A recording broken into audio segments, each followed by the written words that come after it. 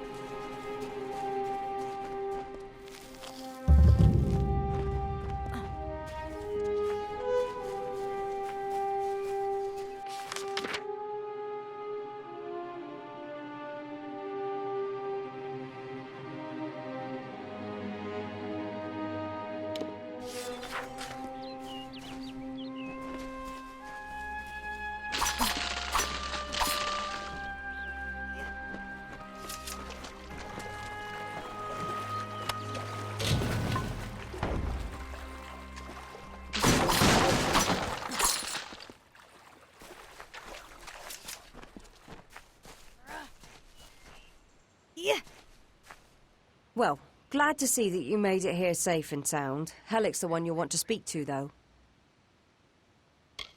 The mage is more used to seeing women in skirts, but I've caught him leering more than a few times nonetheless.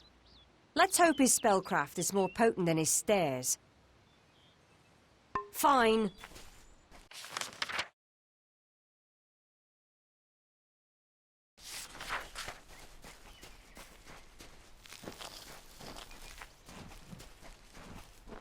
Someone's finally come.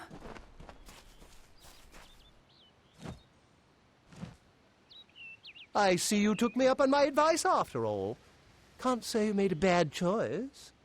Speak with Hellick if you want to know more about the expedition. Leave me! Finally, we found the last person we need after all. I'm Hellick Cross. I'm leading an expedition to the land south of Dalantarth, the Teeth of Narrows, and we could use another strong back. A mage is always good to have on an expedition like this, except for Cash, but maybe he'll come around. During one of my other campaigns, I chanced upon a diary of an Almain monk, Denric the Crazed. Said he found a way to the land south of Dalantarth. After reading what he found there, cities of gold, fountains of sapphires, I decided I wanted to see this land for myself. Been a mercenary for about 20 years now. Toured with the Warsworn, but didn't take quite as much pride in the work as they wanted. So I struck out on my own. You can make a fair bit of coin selling your sword to keep a farm or two safe. Not that I'll need to anymore. Sverri's got a fairly good head on her shoulders. She's only got eyes for gold, but there's plenty for all on this trip. When it comes to navigating ruins, there's no one I trust more. We're in the foothills of the Teeth right now. It's not the easiest place to reach, sheer cliffs of stone, and few passes through them. Few facts. The only record of a successful journey there was by an Almain missionary named Denric, returned half dead and maddened to hell. He claimed the southern land as home to a miraculous city, wrought of gold and trimmed with silver, even said it floated above the earth. If you can believe it. It's hard country, damn impossible to find a pass in the mountains, but if I'm right, this cavern will take us under them.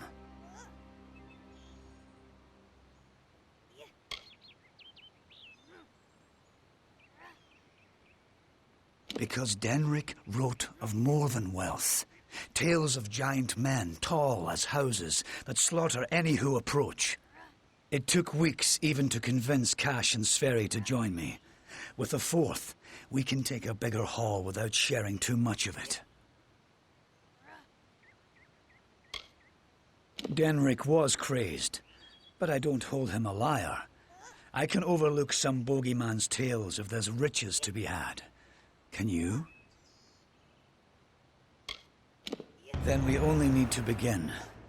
I've seen to all the logistics and all the preparations for the journey. Meet us in the Southern Passage. Let's try to cover as much ground as we can. It's the cave next to camp. I heard rumors that it was filled with artifacts that none had ever seen before. Strange carvings and huge works of stone. I don't know how dangerous it is, but I advise against being too carefree inside. We should go in as a group. Stay close.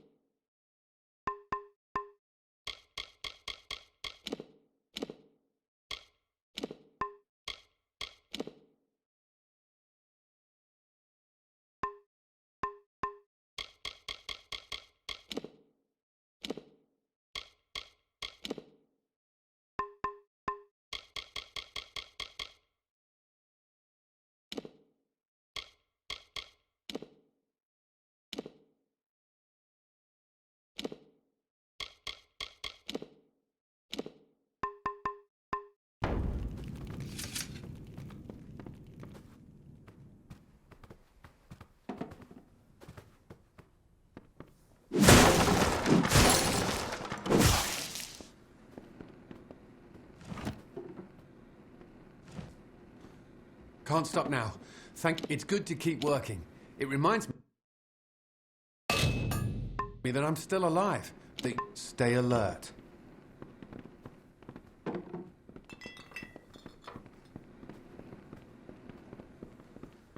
What's needed now?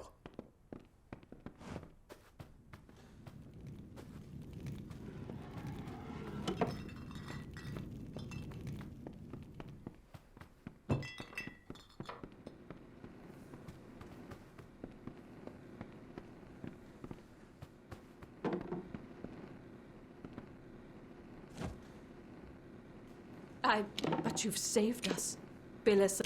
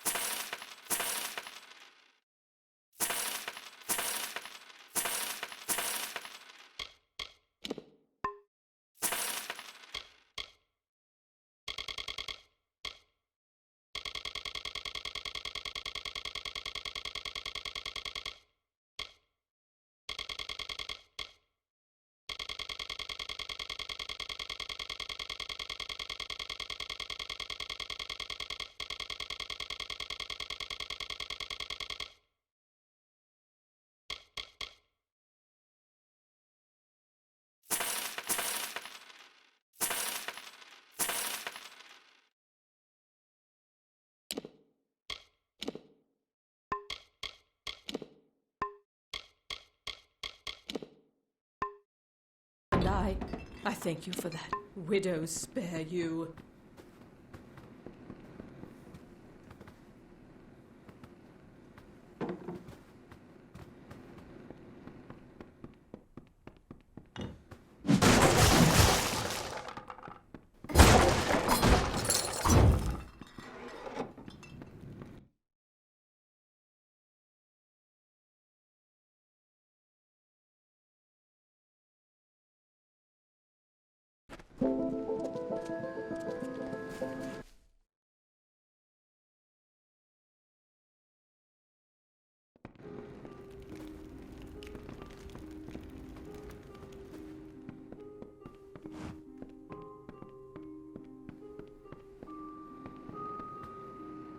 Yes? I have a moment I can spare for you. Good day. I never thought I'd... But all that was destroyed. Yeah, while you can. What can I help you with?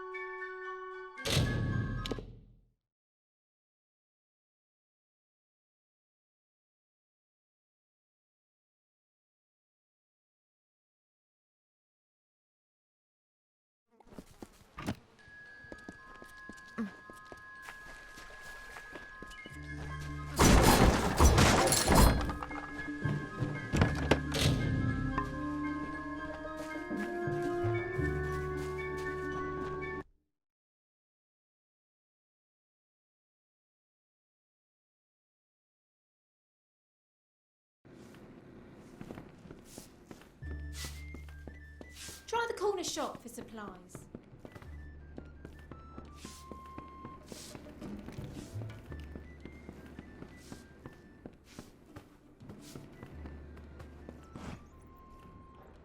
May I help you?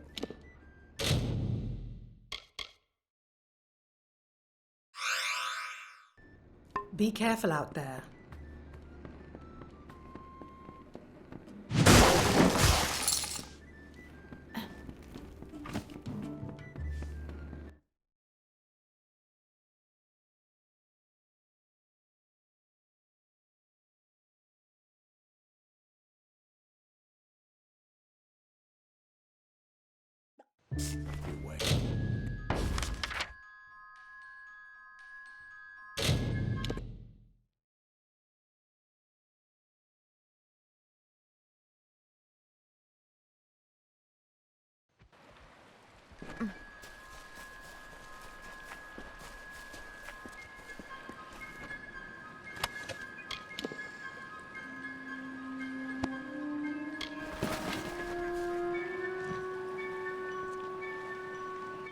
Well, look at what we have here.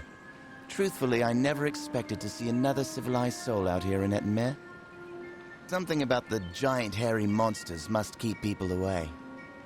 Good to meet you. The name is Ray Kildine, purveyor of fine sagecrafting goods and friend to the House of Ballads. I've been out here for... Lucky for me, Wenson and his friends have their oratory out here. Sure, Wenson and me are close friends, like brothers. He doesn't mind at all if I camp outside the oratory here, just so long as I clean up my mess. Apparently he's a legendary knight of the House of Ballads, its ruler. But I've never seen him slay anything. He doesn't even own a crown. I don't call any one village or city home. No, I'm a wanderer by nature, a merchant by trade. Most people just assume it's because I'm a restless spirit. Actually, it's because my wife wants me dead. If the two of you ever meet, don't tell her you found me. Please. She's terrifying. It's a mystery to me. Fae come and go, but none of them ever pay me much mind. A while back, one of them dropped something in passing. They called it a cairn. I had it in my possession for one glorious night, before they pried it from my grip. Magic, I suppose. They don't seem to do much of anything on their own. I heard Wenson mention something about an echo stone, but I don't know what that is. Sounds like trouble to me.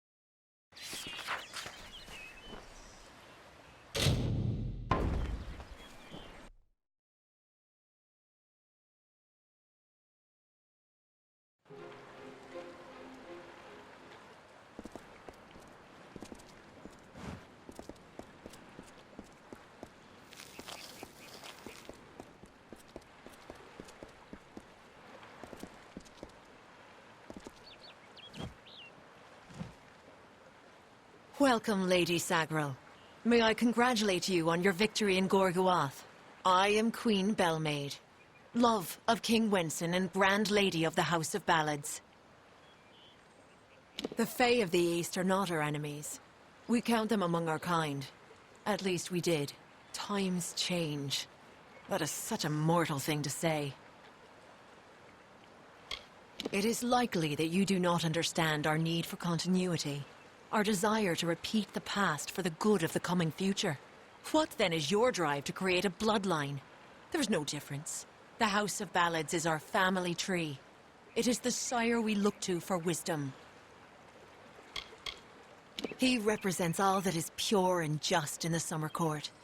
He is the vibrancy of life, what the Winter Court has always sought to darken with its decaying ways. She is our nemesis.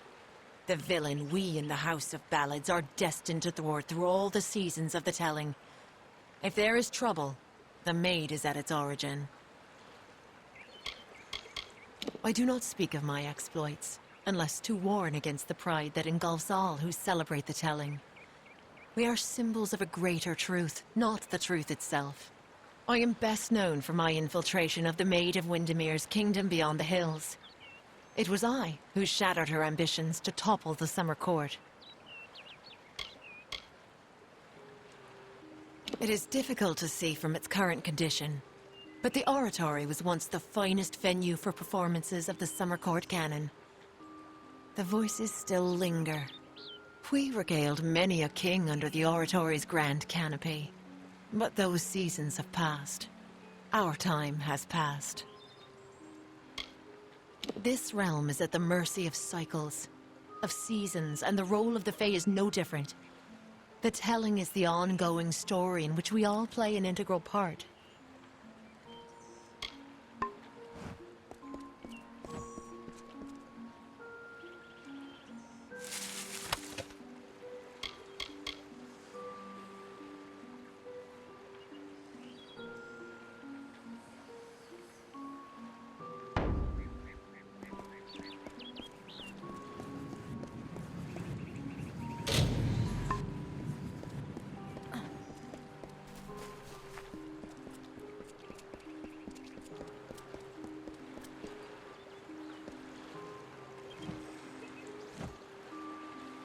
When Hallam told me a mortal had taken the open seat, I did not believe him.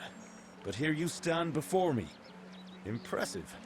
It is a pity about Sagril, a grand hero.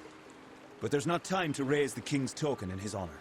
We need every hand carrying a sword for the coming battle. We've come to aid Sir Ferrara, our brother in the Court of Enchantments. It is time for his telling of the Ballad of Bloody Bones. It is a ballad of obsession and sacrifice, one of the summer's oldest. Bloody Bones was not always as a terror. No, he was once called Famor, a counselor to Issa himself. Sadly, he was driven by lust, and by his need to possess whatever he desired. Taking Lord Issa's lover, he fled with her to his hollow of Udua. When the maiden was rescued, Issa cursed Famor. He could not die, and his soul would never enter the Great Cycle. He became an abomination, known only as Bloody Bones. Every few seasons, Bloody would emerge and steal away a maiden to make his bride. That is, until he took the beloved of Sir Ferrara. We are legendary champions of the telling, brought together for the purpose of ensuring Summer Court glory for seasons to come. Like all other Fae in the Western lands, I am a subject of the Court of Summer, our wise council of elders. They are responsible for the well-being of our kind. Few know the truth, however, so the House of Ballads was established. He is one who prefers action to discussion, a tempestuous firebrand who would rather pursue the mortal flesh than any other of life's mysteries. That is why his ballad is such a stirring one. Ferrara will always be the lovable rogue who finally chooses another over himself. Timeless is what it is. It is an amulet worn by all King Wensons in the telling. I wear it, as have all the kings who rose and fell at the mercy of the seasons. Only he who wears the king's token is worthy of walking in Wenson's stead, of singing the most important songs of the summer court. There is no need to kneel. Honestly, I wish I could do away with all this king nonsense altogether. The tragedy we face, it is not legend. It is real. It is now. Yes, I am the acting Wenson. But the true king has been gone for many seasons. I am the 5th such fay to hold the title. And at times like this, I wish I did not. I do not speak of magic with a knowing tongue. But I do know that the persistence of fey songs is eternally linked to the enchanted lore stones in which they exist. When mortals began to use magic to create, change, and even destroy their own lore stones, it was decided that the ballads of the Summer Court needed better protection.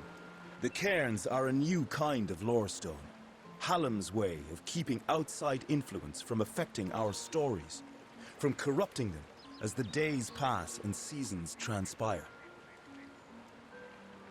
Ferrara went in pursuit of his nemesis, for Bloody Bones has emerged, poised to abduct a maiden to be his mistress.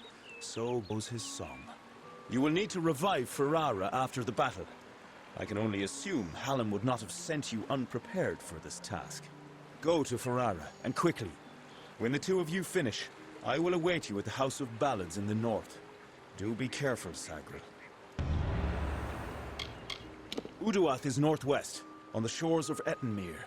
It is sealed by a powerful spell, but Bloody's magic is weak, and you should be able to gain entrance. Good luck.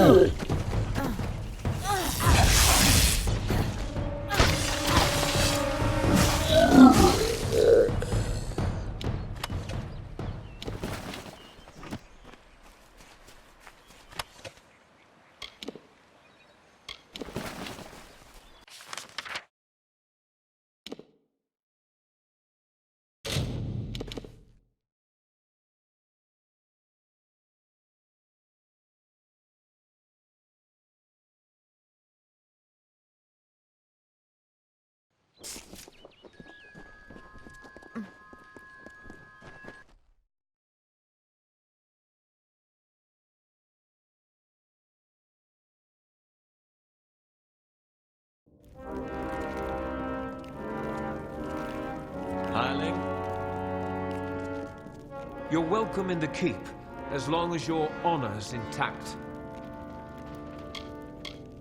Work hard as a hireling, prove yourself able, and you'll make pledge shields sure enough. Dead? Each and every one? Well, you certainly rose above the call of service. You've earned your pay, and then some. On with you. Yes?